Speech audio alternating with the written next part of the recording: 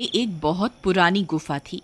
उस गुफा के आसपास कोई भी जाने की हिम्मत नहीं करता था, क्योंकि गांव वालों का मानना था कि वह खूनी गुफा है। जो भी उस गुफा में जाता है वह फिर कभी लौट के वापस नहीं आता।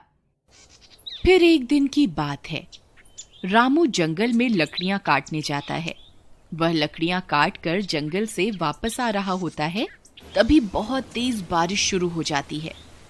उसकी सारी कटी हुई लकड़ियां भीगने लगती हैं। अरे, ये क्या? जब मैं सुबह निकला था तब तो बारिश के कोई आसार नहीं दिख रहे थे। अब अचानक ये बारिश कहाँ से शुरू हो गई? अब क्या करूं? तभी उसे एक गुफा दिखाई देती है। अरे, यह तो वही खूनी गुफा है। इसमें तो जो जाता है वह कभी लौट के नहीं आता। अब मैं क्या करूं? इस गुफा में जाऊं या ना जाऊं? मेरे पास कोई दूसरा रास्ता तो है नहीं। एक काम करता हूँ, थोड़ी देर इस गुफा में रुक जाता हूँ। रामू उस गुफा के अंदर चल देता है।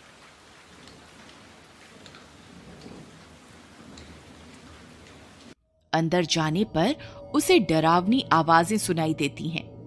वह इधर उधर देखता है, किंतु उसे कोई भी दिखाई नहीं देता। फिर वह थोड़ा और अंदर की ओर चला जाता है और फिर कभी वापस लौट के नहीं आता। उधर गांव में रामू की पत्नी और उसका बेटा चिंटू उसका इंतजार करते रहते हैं। लेकिन पूरी रात गुजर जाती है और रामू घर वापस नहीं आता। फिर अगले दिन सुबह होने पर रामू की पत्नी और उसका बेटा गांव वालों के पास जाते हैं और उन्हें रामू के लापता होने के बारे में बताते हैं। अरे भैया, मेरे पति कल जंगल गए थे लकड़ियां काटने, परंतु वे घर वापस लौट के नहीं आए। कोई मेरी मदद करो उन्हें ढूंढने में। अरे बहन यशोदा, मैंने रामू को कल जंगल में देखा था। वह लकड़ियां काटकर घर की ओर आ रहा था। तभी तेज बारिश होने लगी और वह उस बारिश से बचने के लिए उस खूनी गुफा में चला गया। तुम तो जानती ही हो, वह खूनी गुफा है। उस गुफा के अंदर जो भी जाता है वह कभी वापस लौट के नहीं आता है। हे भगवान, अब मेरे पति का क्या होगा? शामू भैया, आप हमारी मदद कीजिए। आप कुछ गांव वालों को अपने साथ लेकर उस गुफा में जाइए। क्या पता आपको मेरे पति और बाकी गांव वाले जिंदा मिल जाएं। नहीं नहीं बहन, हम वहां मरने के लिए नहीं जाएंगे। सब बोलते हैं उस गुफा में एक चुड़ैल है, जो भी उस गुफा में जाता है वह उसे कच्चा खा जाती है। नहीं नहीं, हमें माफ करो, हम तुम्हारी कोई मदद नहीं कर सकते। फिर यशोदा और उसका बेटा हताश होकर वापस अपने घर की ओर चल देते हैं। अपनी माँ को परेशान देख चिंटू अपनी माँ को बोलता है। माँ माँ, तुम परेशान मत हो, मैं बाबा को वापस घर लेकर आऊंगा। अरे बेटा, जब पूरे गांव वाले मिलकर उस गुफा में जाने की हिम्मत नहीं जुटा पा रहे तो तुम क्या कर लोगे? कोई बात नहीं बेटा, भगवान तुम्हारे बाबा की रक्षा करेंगे। जाओ, बहुत रात हो गई है, तुम अब सो जाओ। चिंटू रात भर सो नहीं पाता और वह अपने बाबा के बारे में सोचता रहता है। फिर वह फैसला करता है कि वह अपने बाबा और बाकी गांव वालों को जरूर उस खूनी गुफा से वापस ला कर रहेगा। यही सोचकर वह आधी रात को जंगल की ओर चल देता है। जंगल का रास्ता बहुत डरावना होता है। चिंटू को बहुत डरावनी डरावनी आवाजें सुनाई देती हैं, लेकिन वह बिना घबराए उस गुफा की ओर चलता जाता है। कुछ ही देर में वह उस गुफा में पहुंच जाता है। गुफा में पहुंचकर उसे वहां कोई भी गांव वाला दिखाई नहीं देता, सिर्फ डरावनी आवाजें ही सुनाई देती हैं। फिर वह हिम्मत जुटाकर गुफा में और अंदर की ओर जाता है। तभी अचानक उसके सामने एक चुड़ैल आ जाती है।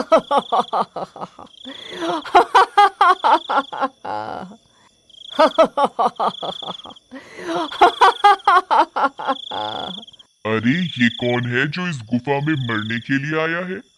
चिंटू उस चुड़ैल को देखकर हक्का बक्का रह जाता है। डर के मारे वह कांपने लगता है।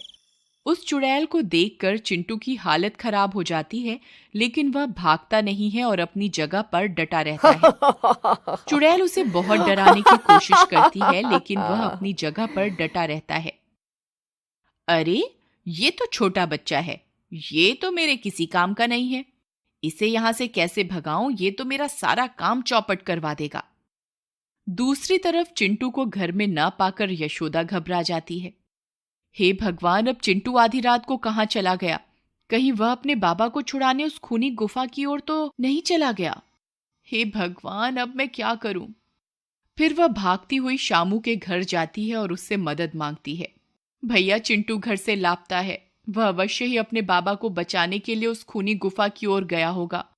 कृपा करके मेरी मदद कीजिए। फिर शामू भागकर बाकी के गांव वालों के पास मदद मांगने जाता है। अरे भाई कालिया, चिंटू भी उस खूनी गुफा की ओर चला गया है। अब हम सबको मिलकर उसकी मदद करनी चाहिए। अगर एक बच्चा अकेला आधी रात को उस जंगल में खूनी गुफा में जाने की हिम्मत दिखा सकता है तो हमें अपने आप पर शर्म करनी चाहिए। तुम सही कह रहे हो शामू। चिंटू की हिम्मत को देखकर मुझ में भी हिम्मत आ गई। चलो हम सब उस खूनी गुफा में चलते हैं, जो होगा देखा जाएगा। यही सोचकर कुछ गांव वाले मिलकर उस खूनी गुफा की ओर जाते हैं। दूसरी तरफ वह चुड़ैल चिंटू को वहां से डराकर भगाने की कोशिश करती रहती है, परंतु चिंटू अपनी जगह से नहीं हिलता। अरे मूर्ख बालक, क्या तुझे मुझसे डर नहीं लगता? मैं तुझे कच्चा ही खा जाऊंगी। मैं तुझे आखिरी बार बोल रही हूं, यहां से चला जा, नहीं तो अच्छा नहीं होगा। हे चुड़ैल, मैं अपने बाबा से बहुत प्यार करता हूं। अगर वे मेरे लिए अपनी जान दे सकते हैं तो मैं उनके लिए अपनी जान देने को तैयार हूं। मैं उन्हें लिए बगैर यहां से नहीं जाऊंगा। अब मैं तुमसे नहीं डरता। तुम्हें जो करना है कर लो। अरे यार, ये तो बहुत बहादुर है। यहां से जाने का नाम ही नहीं ले रहा। कहीं मेरी सच्चाई सबके सामने ना आ जाए। अब मैं क्या करूं? तभी सब गांव वाले हाथों में मशाल लिए वहां पहुंच जाते हैं। अरे बाप रे, यहाँ तो चुड़ैल है। अरे दैया रे दैया, भागो यहाँ से, वरना ये चुड़ैल हम सबको खा जाएगी। सभी गांव वाले बहुत डर जाते हैं। अरे मूर्खों, डरो नहीं। देखो, चिंटू उस चुड़ैल के पास ही खड़ा है। अगर ये चुड़ैल को खाना होता तो अब तक ये चिंटू को खा चुकी होती। जरूर दाल में कुछ काला है। तभी सब गांव वाले चिंटू के पास जाकर उसके साथ खड़े हो जाते हैं। लगता है आज तुम सबकी मौत तुम्हें यहाँ खींच कर ले आई है। हे चुड़ैल, चिंटू की हिम्मत देखकर हम सब में भी तुम्हारा सामना करने की हिम्मत आ गई है। अब हम तुमसे नहीं डरते। तभी सब गांव वाले हाथों में मशाल लिए चुड़ैल की तरफ बढ़ते हैं। अरे ये क्या, ये सब तो मेरी तरफ ही आ रहे हैं। अब तो मुझे यहां से भागना ही पड़ेगा। अरे देखो देखो, ये चुड़ैल तो दुम दबाकर भाग रही है। लगता है ये कोई चुड़ैल नहीं है, जरूर दाल में कुछ काला है। चलो इसका पीछा करते हैं। सब गांव वाले चुड़ैल का पीछा करते हैं। तभी चुड़ैल का पीछा करते करते गांव वाले ऐसी जगह पहुंच जाते हैं जहां उन्हें बाकी के सारे गांव वाले मिल जाते हैं। वे सारे खुदाई का काम कर रहे होते हैं। वे लोग उन गांव वालों को अपनी ओर आता देख खुश हो जाते हैं और अपनी आप बीती बताते हैं। कालिया, अरे भाई घनश्याम, तुम सब लोग यहाँ खुदाई का काम क्यों कर रहे हो? और तुम सब लोग वापस गांव क्यों नहीं आए पिछले 2 महीनों से? अरे क्या बताएं भाई कालिया, ये औरत ने चुड़ैल बनकर हमें जबरदस्ती यहाँ कैद करके रखा हुआ था और खजाने के लालच में हमसे दिन रात यहाँ खुदाई करवाती रहती थी। जब भी कोई गांव वाला हमारी तलाश में इस गुफा की ओर आता तो यह उसे डरावनी आवाजें निकालकर यहाँ से भगा देती थी और उसे अंदर नहीं आने देती थी। और जो कोई भी अंदर आ जाता था तो उसे भी कैद करके यहाँ खुदाई के काम में लगा देती थी। तब सब गांव वाले मिलकर उस चुड़ैल को पकड़ लेते हैं। मुझे माफ कर दो, मैं खजाने के लालच में तुम सबको डराती थी। मैं कोई चुड़ैल नहीं हूं।